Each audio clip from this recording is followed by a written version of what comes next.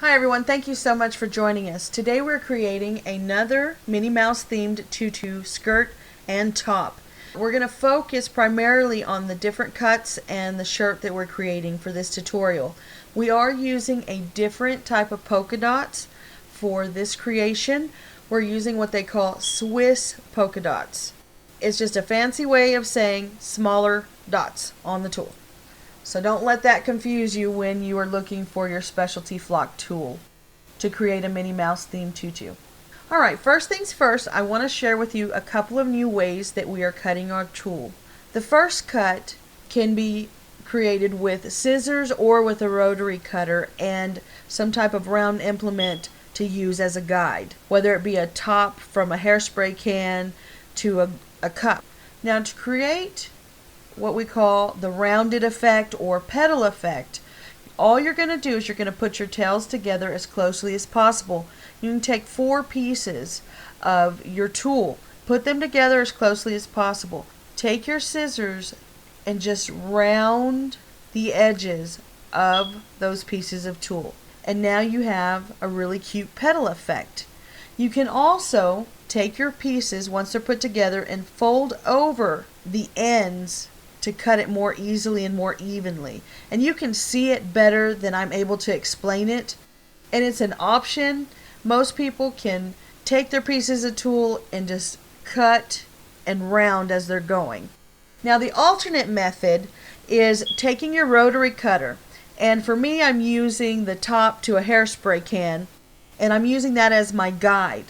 Now I've got several pieces of tool together, all the ends match up as closely as possible, and now all I'm doing is I'm using my rotary cutter and I'm using that guide to cut in a rounded effect. Now you have again the petal effect. Either way works really well. One thing I do want to mention to y'all, I find that I cut sort of at an angle no matter how hard I try.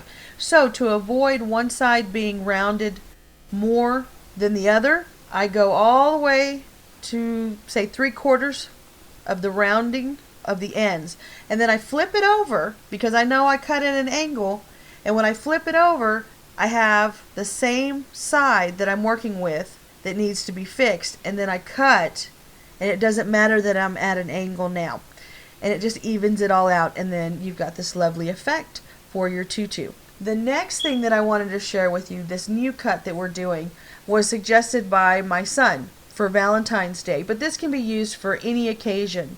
And it's the heart at the bottom. And you're going to bring your pieces of tool together. You're going to fold it long ways. After you have them all together as closely as possible, you're going to take your scissors and you're going to again round out the ends.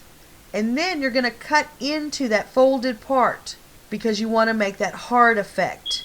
Again, just round the ends of your tails and then cut into the folded area, that folded area that you created when you folded it long ways.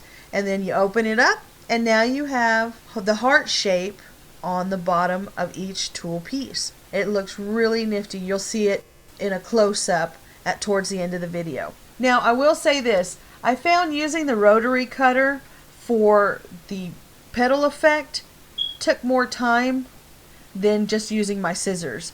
Unless you stack everything nice and neat and do about 20 pieces at a time, I don't think that time-wise you're saving any. But if you stack a whole bunch together and they're all even, then you do the rotary cutter, that should save you a bit of time. But other than that, your scissors are fine. Now it's time to create the tutu. We're going to use the shimmering fuchsia most. And we're going to add a little bit of the Swiss dot tool after the second layer. And then as we go up, we'll add more and more of the Swiss and less of the fuchsia shimmering tool. This will eliminate excess cost and it'll still look amazing. We're doing the slip knot method.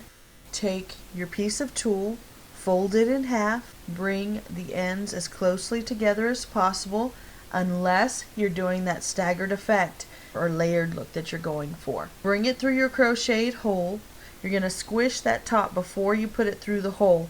And the reason for this is so when you're trying to maneuver your tool through the crocheted hole, you have less trouble. So you've got it squished, you're running it through the crocheted hole, bring it up a little bit, widen it with your fingers, bring the tails up and gently tug down after you've run it through the hole that you've widened. Again, bring your tails together as closely as possible after you've folded your tool in half. Squish that top area as much as possible. Put it through the crocheted hole. Widen your tool piece at the top with your fingers. Bring the tails through and gently tug down. It's key to gently tug down. You don't want to stretch out what you're working on, whether it be a crocheted band or a crocheted top. You don't want to have created, say, a specialty crocheted top in a specific size, have it perfect, and then after you've put so many pieces of tulle on there,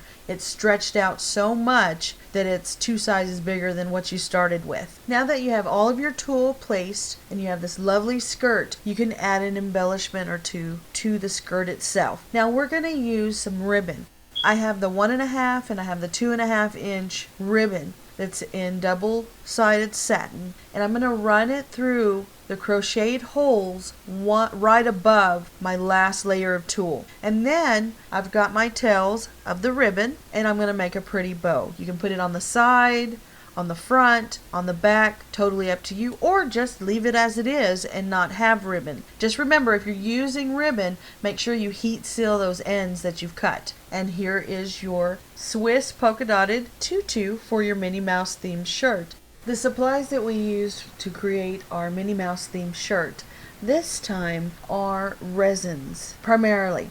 We also used a cute bow that's sequined on the front, and then it's made out of fabric, and on the back it's fabric, so it will adhere real well with our fabric fusion glue. Now that's the one that's white that we're using in the hot glue gun. And then we're going to use some satin ribbon in fuchsia, and we're going to cut a slit on one side, just a small slit, to create just a cute effect. And we're going to add some bows as embellishments as well. What you're going to need is whatever you're going to create your Minnie Mouse themed shirt, whatever embellishments you're using.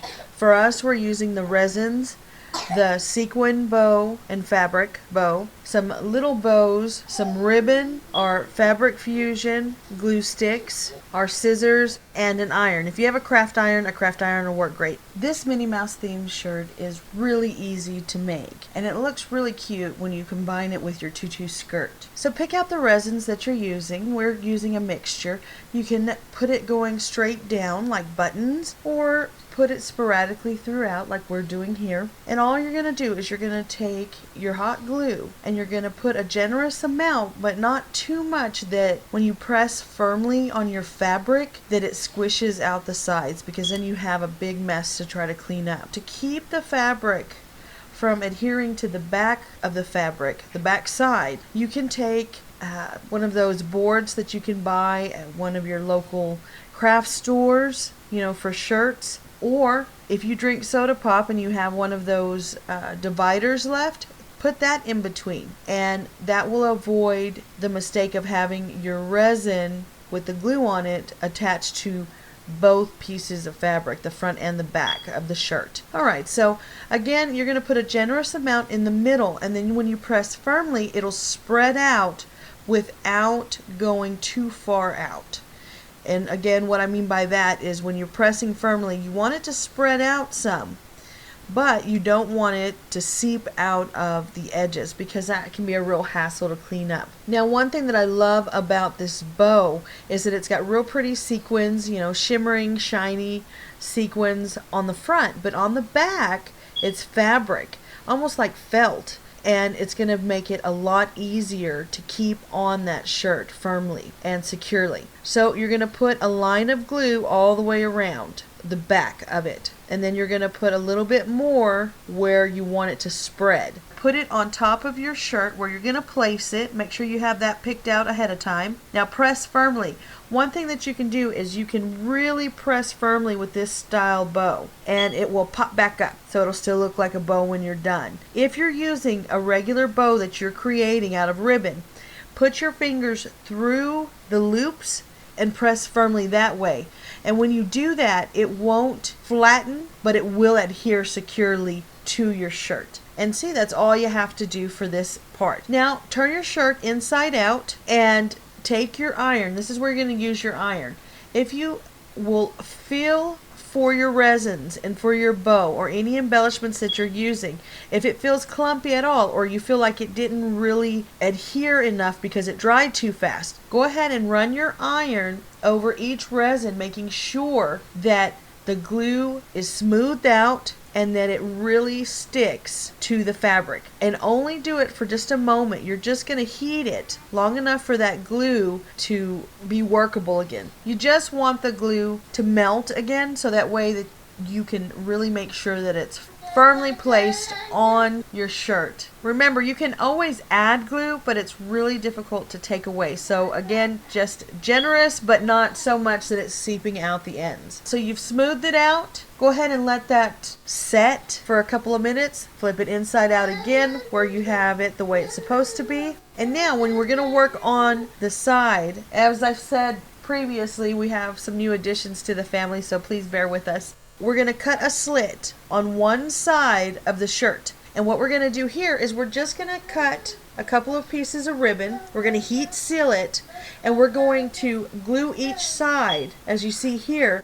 And we're going to use our iron, just like we did for the resins, to make sure there's no clumps of glue and that the glue fully dried correctly and adheres really well. The most difficult part of this is just making it match up. So take your time with it, or leave this whole step out so you don't have to worry about it. But I really like that added touch, and you can use elastic lace in place of ribbon. You can do so much with this. So all we're doing is we're taking our cut pieces of ribbon, we're heat sealing them, we're putting a line of glue on one side, and we're going to use our fingers to press it against that slitted area for each piece. Now once that dries, then go ahead and flip it over and start working on the other flap of the ribbon. Now you're going to run a line of glue, you're going to fold it, and you're going to make sure that you use your fingers to spread that glue out. Let that set for a second, and then use your craft iron or your iron and run it across, so that way you make sure that you get the most use out of your glue. Now once that's set and done, you can add some extra embellishments. I'm going to go ahead and run my iron one more time over both pieces, completely done. And now I found these really cute little bows. I'm competing with the baby. Anyway, I'm using these cute little bows, and they've got some little pearls on the middle. And we're going to add just a dab of glue, and that's going to be at the top of the slit. And let me tell you, you're going to take a little piece of fabric, some leftover fabric or some leftover ribbon, and you're going to make sure that you go ahead and place that where that slit ends, alright? And then you're going to put just a dab of glue. You're going to let that set. Then you're going to put your embellishments. For us, it's the little bows. And we're going to do one bow at a time. And you're going to see you got a little excess ribbon or fabric, whatever you're using. And you'll use that with a dab of glue again. And then you'll fold it over after you've started putting your embellishments. You've completed that. And you're just making sure that where you slit it does not fray. And you don't have to sew it, because you've covered it with the ribbon and you've added that glue, so you're making sure that those fibers don't untwine. Well, that's all I have for you today. If you have any questions, feel free to leave it in the comment section, or you can send me an email at c.martinez@tutucute.com. That's the number 2, TUCUTE.com. We thank you so much for liking, sharing, and subscribing. From my family to yours, have a very blessed week. And remember, anything you create is going to be fantastic. Why? Because you took the time to create it.